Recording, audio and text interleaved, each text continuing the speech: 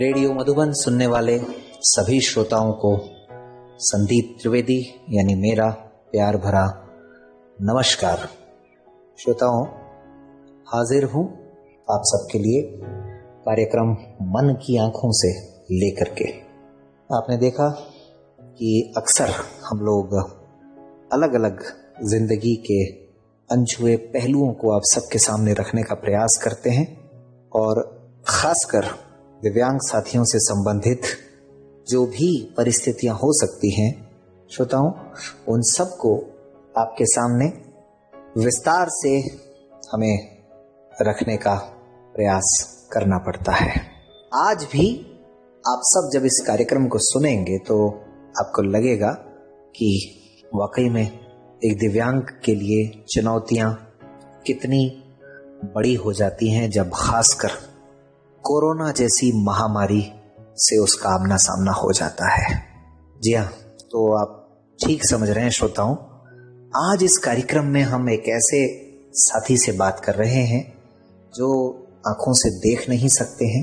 उनका नाम प्रभात यशी है और वे एक राजकीय विद्यालय में, सरकारी विद्यालय में एलडीसी के पद पर कार्यरत हैं।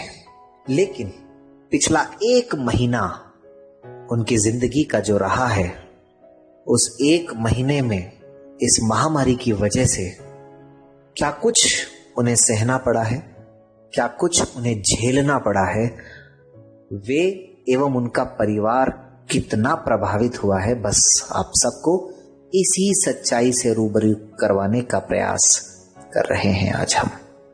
वैसे भी श्रोताओं, इस महामारी ने किसी को नहीं छोड़ा, जिसको अपनी चपेट में लिया उसको तो कम से कम।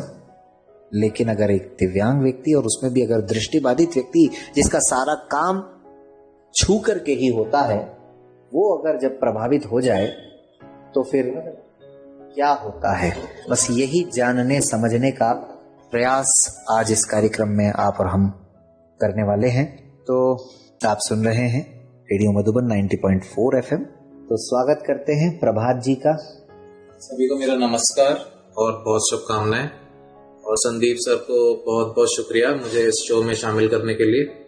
प्रभात भाई, थोड़ा सा हमारे श्रोताओं को अपने बारे में बताएं। जी, मेरा नाम प्रभात यशी है। मैं अभी 34 साल मेरी उम्र है और मैं एज एन एलडीसी कार्यरत हूँ राजकीय माध्यमिक विद्यालय, उच्च माध्यमिक विद्यालय माखोपुरा में। और मुझे पिछले महीने 2 तारीख को कोरोना पॉजिटिव में पाया गया था और पिछला महीना मेरा पूरा उसी तरह से बीता है, एडमिट होकर के हॉस्पिटल में। तो वही सब बातें मैं कुछ आपके साथ शेयर करने आया हूँ, जिससे मेरे एक्सपीरियंसेस से आपको इस महामारी की भयावहता का पता चले, आप लोग थोड़ा समझ पाए कि बचाव ही इसका एक इलाज है, और मैंने क्या झेला उससे आप लोग थोड़ा बहुत समझ पाए कि सीरियसनेस, ग्रेवनेस क्या है सिचुएशन की। प्रभात भाई, हमारे सुनने वालों को ये बताएं कि आप दृष्टिबाधित हैं, लेकिन आपको क्या फिर भी थोड़ा बहुत दिखाई देता है, और कितने सालों से आपको ये समस्या है? जी, मुझे ये समस्या 2016 से हुई। एक्चुअली मुझे ऑप्टिक एट्रोफी है, तो मुझे कंप्लीटली ब्लाइंड नहीं कह सकते, मुझे मूवमेंट परसीव हो जाता है, और जैसे कोई बहुत ब्राइट है जहाँ पे कोई पोर्शन अगर मेरे विजुअल फील्ड में, तो वो मुझे परसीव हो जाता है। मतलब जैसे अगर मैं परसेंटेज में बताना चाहूँ तो मुझे 20-30% दिख जाता है और मूवमेंट मुझे काफी अच्छे से परसीव हो जाता है। फिर भी जैसे मुझे लोकोमोशन में प्रॉब्लम होती है, मैं डेप्थ परसीव नहीं कर पाता, तो मुझे चलने में थोड़ी परेशानी आती है नई जगह पे। प्रभात भाई, आपके परिवार में कौन कौन है? जी, परिवार में मेरी मम्मी है और मेरे पिताजी हैं और मेरी एक छोटी सिस्टर है। जी, तो अब हमारे सुनने वालों को आप उस घटना के बारे में जरा बताएं कि कैसे आप कोरोना पॉजिटिव हुए, किस प्रकार ये आप तक पहुंचा। देखिए, मुझे इसके 2 कारण लगते हैं। एक तो 29 अक्टूबर को मैं अपना मुख्यालय छोड़ के मैं गया था कोटा, तो काफी मतलब मैं सच बताऊं तो मैं इतना लाइटली ले रहा था कोरोना को। मेरे मम्मी और मेरे पापा जो हैं वो तो बहुत ज्यादा प्रिकॉशन रख रहे हैं। मतलब हमारे घर कोई भी सब्जी तक भी आती है तो पहले वो उबले हुए पानी में उसको डाला जाता है और धूप में रखा जाता है, लेकिन मैं बहुत लाइटली ले रहा था। मैं अब जिद करके मैं कोटा चला गया और मतलब काफ़ी चीज़ों से मैं एक्सपोज हुआ वहाँ पे। फिर उसके बावजूद भी अगले दिन भी मैं मेरे फ्रेंड के साथ गया घूमने के लिए, जबकि मुझे पता था कि उसको थोड़ा खांसी बुखार है। उसकी फैमिली में भी मतलब उन लोगों ने टेस्ट नहीं करवाया था, फिर भी उनको खांसी बुखार था और मैं उसके संग गया, रेस्टोरेंट में भी गया, हमने एक ही प्लेट में खाना भी शेयर किया और मैं बिल्कुल बेफिक्र था। क्योंकि हम लोग जैसे मीडिया में न्यूज़ देखते हैं तो एक तरह का मेरे दिमाग में परसेप्शन बन गया था कि मीडिया में सब कुछ बहुत ज़्यादा हाइप करके दिखाया जाता है। पहली बात तो ये हो ही नहीं रहा है, और अगर हो भी रहा है तो जब सब लोग ठीक हो जा रहे हैं। लेकिन 1 तारीख से मेरी तबीयत थोड़ी बिगड़नी शुरू हो गई और मेरे पापा काफ़ी ज़्यादा मतलब बहुत ध्यान रखते हैं इन सब चीज़ों का। तो 2 तारीख को उन्होंने मेरा टेस्ट करा दिया और अनफॉर्चुनेटली वो पॉजिटिव आ गया। और शुरुआत के 2-3 दिन तो मेरी तबीयत इतनी नहीं बिगड़ी थी, लेकिन उसके बाद जैसे मेरी सिस्टर को भी सिम्टम्स शो होने लग गए और उसको टेस्ट भी नहीं आ रहा था चीज़ों में, तो वो टेस्ट करा के आई, वो भी पॉजिटिव निकली और अगले 2 दिन के अंदर अंदर मेरे मदर और फादर दोनों पॉजिटिव निकल गए। तो मुझसे ज़्यादा मेरे फादर की और मदर की चिंता हो गई, क्योंकि दोनों की बहुत एज है। तो फादर 60+ हैं और मम्मी 55+ हैं। तो मुझे इतना ज़्यादा डर बैठ गया कि उस वजह से मुझे लगता है मेरी तबीयत और ज़्यादा ख़राब हो गई। प्रभात भाई, बड़ी मतलब सिचुएशन जो बताई है आपने, वो सुनकर के हमें बड़ा अजीब लग रहा है। श्रोताओं, देखा आपने, शायद हमारे बहुत से सुनने वाले ऐसे होंगे जो इस महामारी को उतनी गंभीरता से नहीं ले रहे होंगे आज भी, क्योंकि बार बार ये कहा जाता है कि जब तक वैक्सीन ना आए तब तक मास्क ही वैक्सीन है। और जैसा कि प्रभात जी ने भी शुरू में कहा कि प्रिकॉशन ही एकमात्र इसका अभी इलाज है। तो आप सब से हमारा यानी रेडियो मधुबन का भी ये निवेदन है कि आप लोग जितना हो सके उतना दूर रहें, 2 गज की दूरी या 6 फीट की दूरी जिसे कहा जाता है बना करके रखें, मास्क ज़रूर लगाएं। और श्रोताओं, मास्क जो है वो ऐसा नहीं है कि मतलब कोरोना के लिए ही है।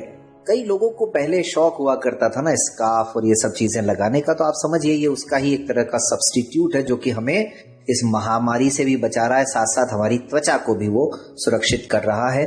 और मैं तो कहता हूँ कि अगर संभव हो, अब विंटर हैं, सर्दियाँ हैं, तो जिनके लिए संभव हो वो ग्लव्स का भी इस्तेमाल कर सकते हैं, तो सर्दी से भी बचेंगे। और चूंकि हाथ, मुंह, नाक, इन सब से हमारे शरीर में ये वायरस प्रवेश करता है, तो उससे भी आप बच जाएंगे। आप सोच रहे होंगे श्रोताओं कि मैं कहाँ के ज्ञान बांटने लग गया आपको, लेकिन खैर ये मुद्दा ही इतना गंभीर है कि क्या करें।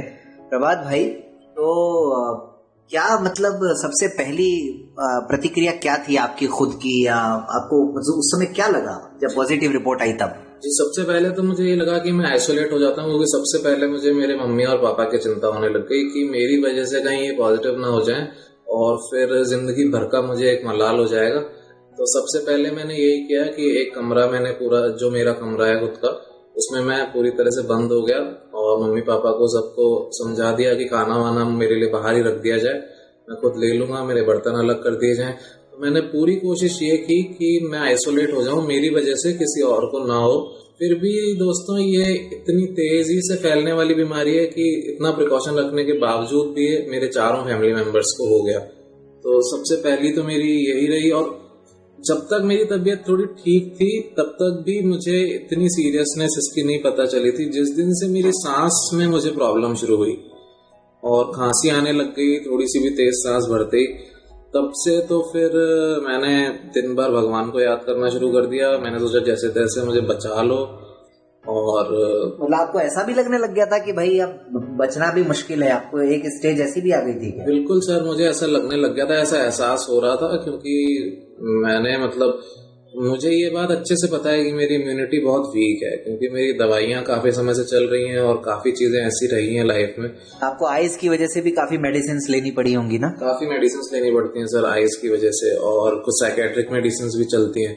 तो मुझे पता था मेरी इम्यूनिटी बहुत वीक है और मम्मी पापा भी काफी टेंशन में थे और ऑक्सीजन लेवल भी 92-93 पे पहुंच रहा था, तो लगातार गिर रहा था। तो मुझे ऐसा भी लगने लग गया था कि हो सकता है, जैसे अखबार में खबर पड़ी कि 23 साल का लड़का, 24 साल का लड़का, इनकी ये भी एक्सपायर हो चुके हैं, तो एक डर सा तो बैठ ही गया था।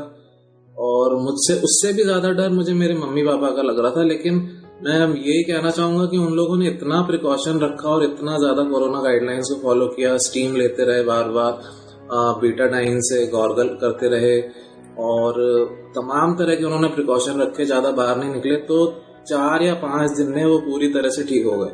जबकि उनकी और मेरी उम्र में 40 साल का डिफरेंस है लगभग। लेकिन मेरी हालत बिगड़ती गई और उनकी हालत लगातार सुधरती गई। तो मेरा तो यही मानना है कि जो डॉक्टर्स, जो लोग बता रहे हैं चीजें, जो मीडिया में बातें आ रही हैं, उनको फॉलो किया जाए तो आदमी बच सकता है। बिल्कुल। श्रोताओं, आप सोच रहे होंगे कि ये सब आज क्यों बताया जा रहा है शो में। कतई आप सबको डराने का हमारा उद्देश्य नहीं है, लेकिन श्रोताओं मान करके चलिए, जो बचा हुआ है उसके ऊपर ईश्वर की और उनके परिवार की और उनके अच्छे कर्मों की, उनकी इम्यूनिटी स्ट्रांग होने की, उनके लगातार गाइडलाइंस को फॉलो करने की एक बहुत बड़ी ताकत है जिसकी बदौलत वो सब बचे हुए हैं। लेकिन अगर जिसको हो गया तो फिर उसके बाद तो आप समझ रहे होंगे कि आज भी प्रभात जी की आवाज में थोड़ा सा आपको वाइब्रेशन फील हो रहा होगा, क्योंकि वो सब जब वो बता रहे हैं तो शायद वो 1 महीना पहले या 15-20 दिन पहले वो पहुंच गए हैं कि जो जिस दौर में वो थे कोरोना के टाइम पे। जी प्रभात जी, तो उस समय अपने आप पर गुस्सा नहीं आया आपको कि मैंने इस महामारी को सीरियसली लिया? नहीं, गुस्सा तो बहुत आया सर। मतलब गुस्सा नहीं, मुझे रिग्रेट फील हो रहा था। मुझे लग रहा था कि अगर खुदा ना खास्ता कुछ हो गया तो मैं जिंदगी भर अपने आप को माफ नहीं कर पाऊंगा। लेकिन ये इंसान की टेंडेंसी होती है। जैसे ही अब देखिए मैं ठीक हो गया हूँ, मैंने फिर से थोड़ा थोड़ा ढिलाई बरतनी शुरू कर दी है। मेरा फिर मन करता है बाहर घूमे हूँ। तो सर ये तो है, उस समय तो मुझे रिग्रेट फील हुआ, लेकिन एक ह्यूमन टेंडेंसीज के वशीभूत होकर के ना चाहते हुए भी मुझसे ऐसा हो ही जाता है।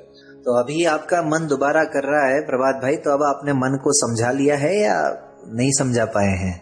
सर अब तो समझाया ही है, खैर अब समझाना तो पड़ेगा ही। फिर भी मतलब सर दिल की जो बात है वही बताता हूँ मैं आपको कि मेरा मन तो अभी भी करता है, बाहर निकलने का मेरा बहुत मन। लेकिन अब आपको कम से कम इस महामारी की जो भयावहता है उसका एहसास तो हो ही गया है। उसका एहसास हो चुका है सर, और इसका एहसास मुझे हॉस्पिटल में एडमिट होने के बाद और भी ज्यादा हुआ। ये कैसे, मतलब आप होम आइसोलेट थे और फिर हॉस्पिटल तक जाने की नौबत कितने दिन बाद आई, थोड़ा बताएं। सर जैसे पूरा प्रोसेस ये हुआ कि जब मेरी रिपोर्ट पॉजिटिव आई तो है ना, राजस्थान हमारे रामगंज की डिस्पेंसरी से फोन आ गया हम लोगों के पास कि हम लोग आपको दवाई देने आ रहे हैं। तो वो लोग दवाइयां दे के गए, बाहर पर्चा वर्चा लगा दिया। उसके बाद उनकी दवाइयों से बुखार उतर जाता था, लेकिन जैसे उनकी कफ सिरप और ये सब कोई असरदार नहीं थी ज्यादा। तो बुखार उतरता फिर चढ़ जाता, उतरता फिर चढ़ जाता। मम्मी पापा सिस्टर सब ठीक होते गए, लेकिन मेरी तबीयत वैसी की वैसी बनी हुई थी और सांस की प्रॉब्लम धीरे धीरे बढ़ती गई। तो पापा ने कहा कि एक बार इसको सेंट फ्रांसिस में दिखा लेते हैं। वहां पे एडमिट भी किया जा रहा था जी। तो सेंट फ्रांसिस हॉस्पिटल में हम लोग गए, वहां पे डॉक्टर को दिखाया। तो उन्होंने कहा कि हाँ प्रॉब्लम तो है, ऑक्सीजन लेवल भी कम है। तो उन्होंने मेरे 3 तो ब्लड टेस्ट लिखे और एक HRCT लिखा, CT स्कैन। वो हम लोगों ने हाथों हाथ टेस्ट कराया, दोपहर में टेस्ट कराया, शाम को रिपोर्ट मिल गई। तो मेरा स्कोर उसमें 11 आया। उसमें 0 to 25 पे स्कोर करते हैं। 25 वर्स्ट है और जो 0 है वो नॉर्मल है। मतलब वो 0 ही आना चाहिए एक नॉर्मल इंसान का। अच्छा। अगर 10 से ऊपर होता है तो उसको एडमिट होने की जरूरत है। आपका कितना था? मेरा 11 था। ओके। तो 11 कोई बहुत खतरनाक नहीं है, लेकिन ये एडमिट करने की कंडीशन। लेकिन हाँ वही बात है कि फिर जो गाइडलाइंस है या जो डॉक्टर की जो सलाह है वो तो माननी पड़ेगी। वो तो माननी पड़ेगी। और कुछ ब्लड टेस्ट हुए, उसमें ब्लड में भी थिकनिंग आई। तो उन्होंने, लेकिन सेंट फ्रांसिस में उन्होंने एडमिट करने से मना किया। उन्होंने कहा कि आप मतलब जयपुर में ज्यादा अच्छा इलाज है, क्योंकि सेंट फ्रांसिस में वेंटिलेटर्स भी उपलब्ध नहीं थे और ऑक्सीजन भी वहां सिलेंडर्स से दी जा रही थी, पाइपलाइन से ऑक्सीजन नहीं थी। तो पापा ने फिर पता किया और सब लोगों ने महात्मा गांधी हॉस्पिटल ही रिकमेंड किया। तो फिर पापा अगले दिन ही एम्बुलेंस करके, ऑक्सीजन वाली एम्बुलेंस करके और खुद अपनी व्हीकल से हम लोग चले गए महात्मा गांधी हॉस्पिटल। और वहां पे मुझे एडमिट किया पहले जनरल वार्ड में। और जनरल वार्ड में मुझे मेरी डिसेबिलिटी के कारण काफी ज्यादा परेशानी आने लग गई। मतलब जनरल वार्ड में मैंने ये देखा कि वहाँ इतना ज्यादा ध्यान नहीं दिया जा रहा है, क्योंकि वहाँ इतने ज्यादा पेशेंट हैं इतना बड़ा वार्ड है और वर्कर्स बहुत कम है, और वो आपको हाथ लगाने को भी तैयार, हाथ लगाना तो क्या, वो आसपास भी नहीं फटक रहे हैं आपके, और ना पानी की व्यवस्था, ना ओढ़ने के लिए कंबल की व्यवस्था, कोई सुनवाई की बात नहीं है मतलब वहाँ। और मतलब अब खुद से कुछ भी करने में मैं असमर्थ महसूस कर रहा था अपने आप को। जैसे जिन जगहों के पे मैं फेमिलियर हूँ वहां तो मैं अच्छे से अपना कर लेता हूँ काम, लेकिन वो जगह मेरे लिए एकदम नई थी जी, तो वहां पे मैं कुछ भी नहीं कर पा रहा था जी। फिर मैंने मम्मी पापा से बातचीत की, फिर हम लोगों ने वहाँ प्राइवेट रूम लिया। प्राइवेट रूम का खर्चा काफी ज्यादा हुआ जी, लेकिन मुझे अच्छी केयर मिल गई वहाँ पे। ओके। और ऑक्सीजन मास्क लगा रहा, मतलब मैं 7 दिन एडमिट रहा, तो 6 दिन एडमिट रहा, 5 दिन ऑक्सीजन मास्क लगा रहा, 6वें दिन उन्होंने हटाया और रेमडेसिविर इन सब के इंजेक्शंस लगे। तो तब जाके मुझे पता चला कि इलाज तो कोई नहीं है कोरोना का अभी तक, लेकिन जितना जो बॉडी में डैमेज हो जाता है वो डॉक्टर्स उसको रिवर्स करने की कोशिश करते हैं अपनी तरफ से जी। अल्टीमेटली बात यही है कि प्रोटेक्शन ही इसका एकमात्र इलाज है, क्योंकि वहां पे मैंने खुद कई केसेस देखे, किसी का 14 था HRCT, अच्छा, वो नहीं बचा, लेकिन किसी का 19 था, वो भी बच गया। तो इस तरह की भी चीजें हैं, सब ईश्वर की कृपा के ऊपर है। तो प्रभात भाई जब जनरल वार्ड में गए तब याद आया आपको कि मीडिया में जो कुछ बताया जा रहा है वो सही है, या तभी भी मतलब आपको लगा कि स्थिति और ज्यादा गंभीर है? सर स्थिति तो गंभीर है, मीडिया मतलब बायस्ड होके रखता है पक्ष, मीडिया इस तरह से बताता है। जो आपने फील किया वो बता दीजिए, कोई दिक्कत नहीं है।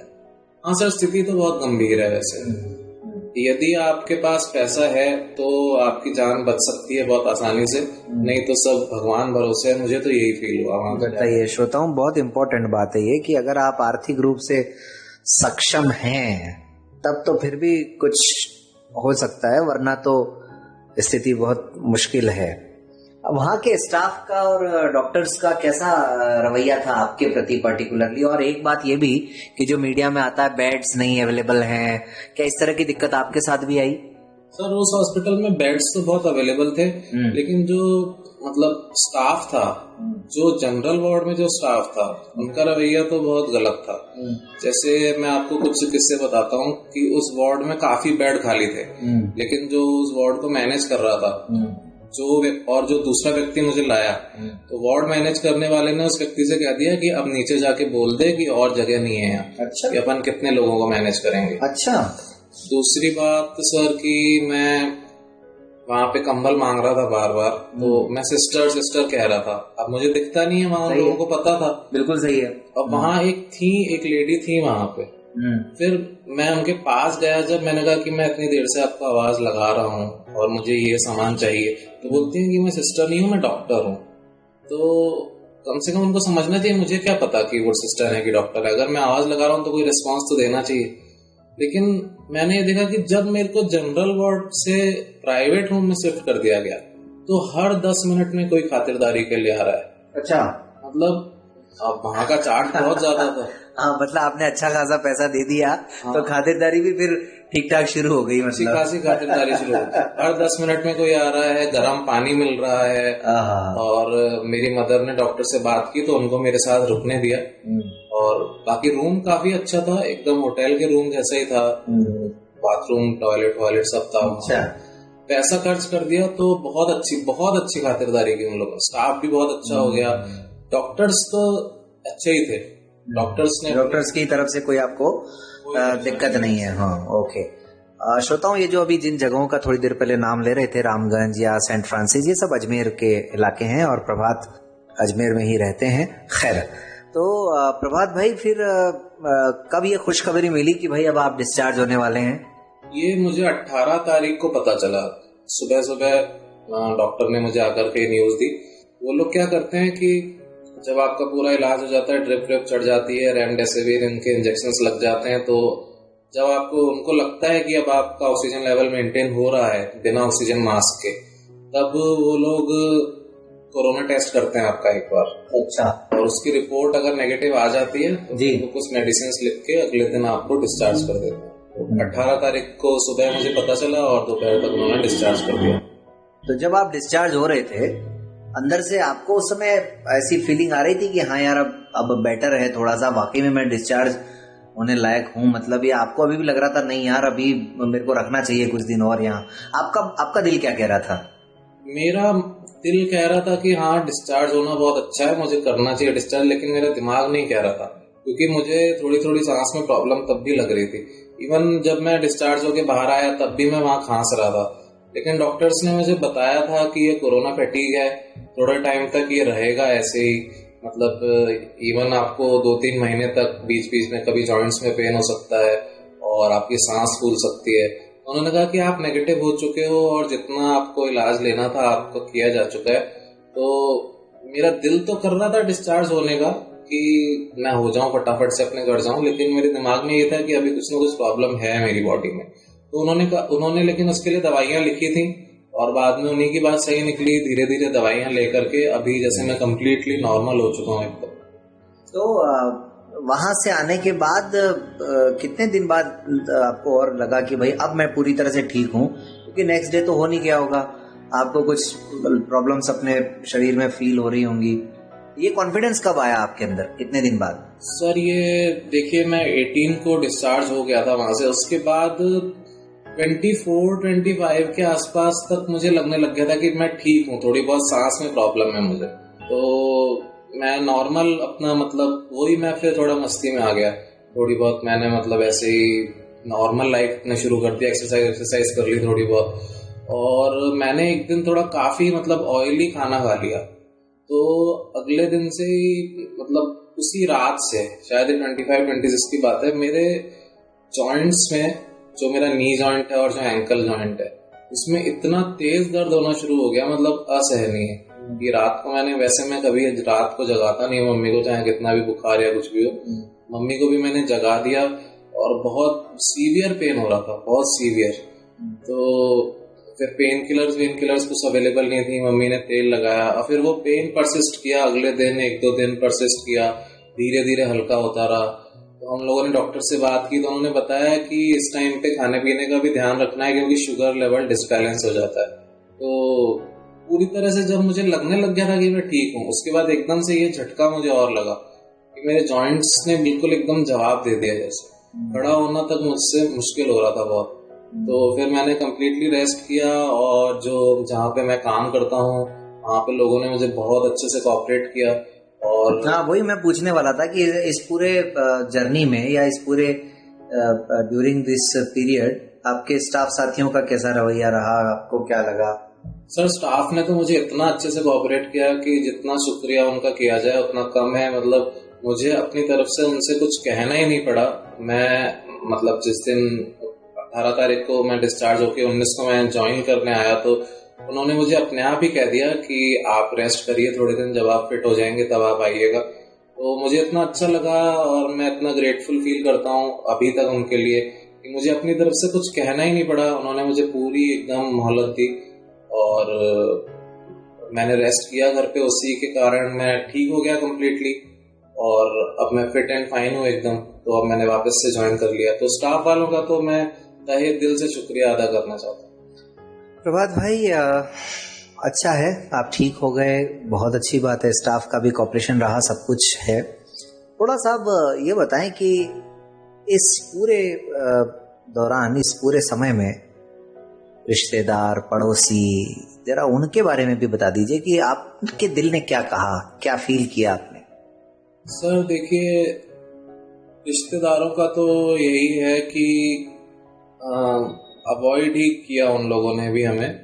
मतलब अब देखिए ठीक ही है अपनी जगह की, सबको अपनी जान की परवाह होती है। बिल्कुल सही है, खैर वो बात भी सही है, लेकिन एक तो होता है नेग्लेक्ट करना, एक अवॉइड करना। हाँ तो सर मतलब कुछ जो रिश्तेदार हैं कुछ ने नेग्लेक्ट ही किया, यही कह सकते हैं, कुछ ने अवॉइड किया, कुछ ने काफी मदद की, जितने उनसे बंद पड़ सकता था उतना उन्होंने किया। जैसे खाना बनाने की कंडीशन में नहीं थे हम लोग, क्योंकि जैसे हमारी सब लोग पॉजिटिव हो रहे थे, सब लोग पॉजिटिव थे जी। तो जो हमारी मेड थी वो भी नहीं आ रही थी, तो बर्तन नहीं धुल पा रहे थे, कोई हालत में नहीं था बर्तन धोने की। तो हम लोगों का, जैसे हमारी एक मौसी रहती है यहीं इसी हमारे शहर में अजमेर जी, खाना वो भिजवाती थी, तो खाना हमारे घर के बाहर कार के ऊपर रख के जाती थी, अंदर तक क्या हम लोगों को नहीं दिया जाता था। तो इस तरह से उनकी केयर पूरी थी, लेकिन उनको भी अपना भी ध्यान रखना बिल्कुल ठीक है। और पड़ोसियों का क्या रवैया रहा प्रभात भाई? पड़ोसियों का तो सर, पड़ोसियों से मतलब हम लोगों के यहाँ जो मेड आती है वो भी हमारे पड़ोस में जाती है। तो एक जो हमारे पड़ोसी हैं उन्होंने तो उसका काम छुड़वा दिया कि तुम उनके घर जाती हो तो कहीं तुम यहाँ कोरोना मत ले आना है।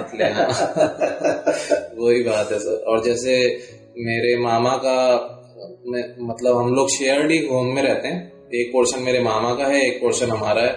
तो जो मामा मामी के पास बच्चे कुछ खेलने आ जाते हैं, मेरे मामा मामी के जो बच्चे हैं उनके पास दूसरे मोहल्ले के बच्चे आ जाते हैं, उन सब ने आना बंद कर दिया और अभी तक भी उन्होंने बंद ही किया हुआ है। अभी इतनी चहल पहल नहीं रहती। अच्छा प्रभात भाई, एक बात बताएं कि जब आप पॉजिटिव हुए तो बाकी तो कोई उस समय तो नहीं था पॉजिटिव फैमिली मेंबर्स, तो इमीडिएट रिएक्शन क्या था मम्मी पापा का? मतलब आपको पॉजिटिव देखने के बाद, क्योंकि एक तो बच्चा ब्लाइंड, ऊपर से कोविड पॉजिटिव अगर हो जाए तो उनका क्या रिएक्शन था इमीडिएटली? जी, मम्मी तो मेरी बहुत हिम्मत वाली हैं, तो उन्होंने तो कमान संभाल ली एकदम से। ठीक है, लड़ेंगे, जो होगा देखा जाएगा।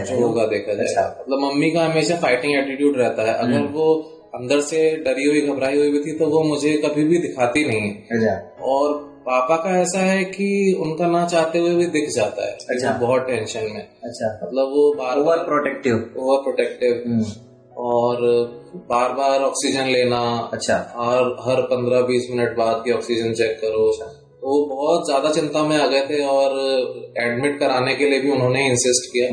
तो वैसे तो उन्होंने जो इतना मतलब लिया, उनका एक्सपीरियंस जो था वो कहीं ना कहीं उनको कह रहा था कि भाई आपको एक्स्ट्रा केयर की जरूरत है ना। और जब हॉस्पिटल तक की बात आई तब भी हिम्मत रखी सब लोगों ने, या तब उनको भी कुछ लगने लगा था कि यार कुछ गड़बड़ हो गया? नहीं, जैसे मुझे क्या लगता है कि मतलब उन्होंने, जैसे जब मैं ये सुन रहा था कि ना ब्लड टेस्ट है तो सीधे उसने बोला 6,000 रुपए ब्लड टेस्ट, HRCT है 8,000 रुपए। तो मुझे ना ये सब सुन के मुझे जब तब तक भी मुझे इतना रियलाइजेशन नहीं था कि मेरी तबीयत इतनी खराब है। तो मैं पापा से बार बार कह रहा था कि पापा क्यों पैसे खर्च कर रहे हो? अच्छा।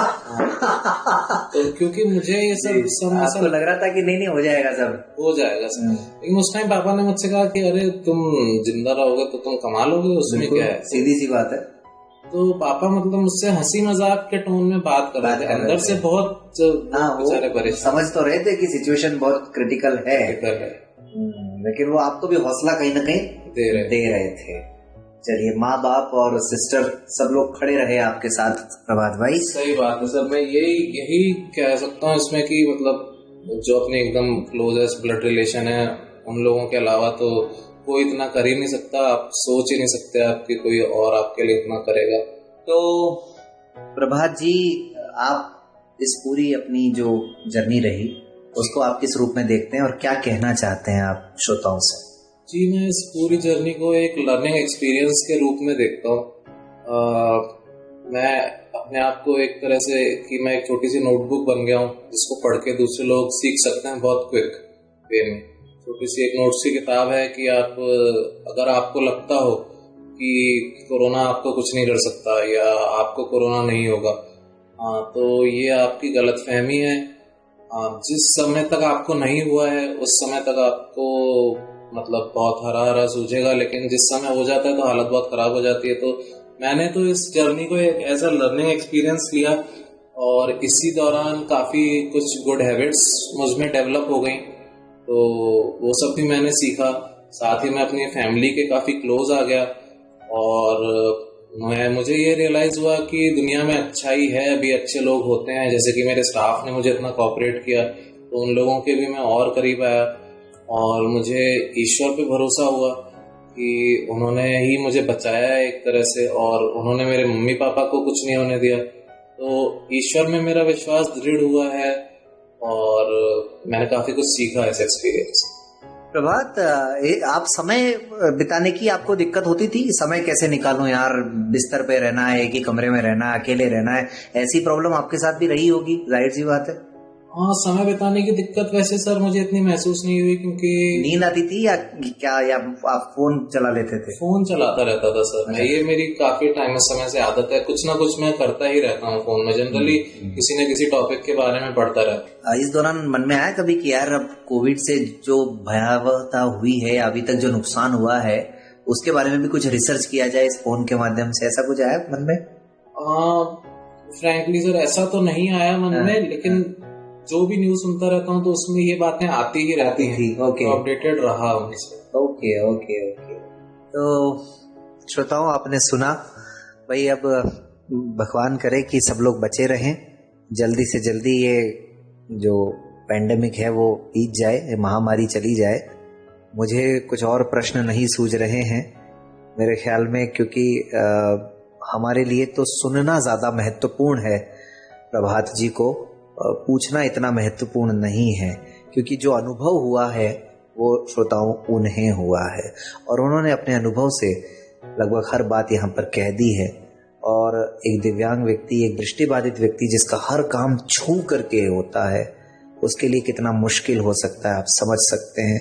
यही उद्देश्य था आज कार्यक्रम मन की आंखों से में हमने प्रभात जी को इनवाइट किया, ताकि उनके अनुभव से हमारे आने वाले समय में जितने भी साथी हैं वो सब सुरक्षित रहें और अपना और ज़्यादा ध्यान रखें। प्रभात जी, चलते चलते श्रोताओं के लिए आप क्या मैसेज देना चाहेंगे? जी, मैं तो यही मैसेज देना चाहूँगा कि घर पे रहिए और सेफ रहिए, कोरोना के सीरियसनेस को समझिए। सरकार जो जो आपको गाइडलाइंस दे रही है उसको पूरी तरह से पालन करके अपना और अपने परिवार का ध्यान रखिए। जी, तो श्रोताओं, आपने सुना, कार्यक्रम पर अपनी प्रतिक्रियाएं ज़रूर दीजिएगा, चाहे मैसेजेस के थ्रू या कॉल करके। नंबर वही 94 14 15 14 15। और रेडियो मधुबन 90.4 FM को सुनते रहो, मुस्कुराते रहो, और औरों के चेहरे पर भी मुस्कुराहट लाते रहो। बस यही कहना चाहेंगे हम। आज का कार्यक्रम थोड़ा सा अलग सा था, लेकिन उद्देश्य वही कि आप सबको जागरूक करना। चलिए श्रोताओं, मिलते हैं अगले शनिवार फिर किसी और शख्सियत के साथ।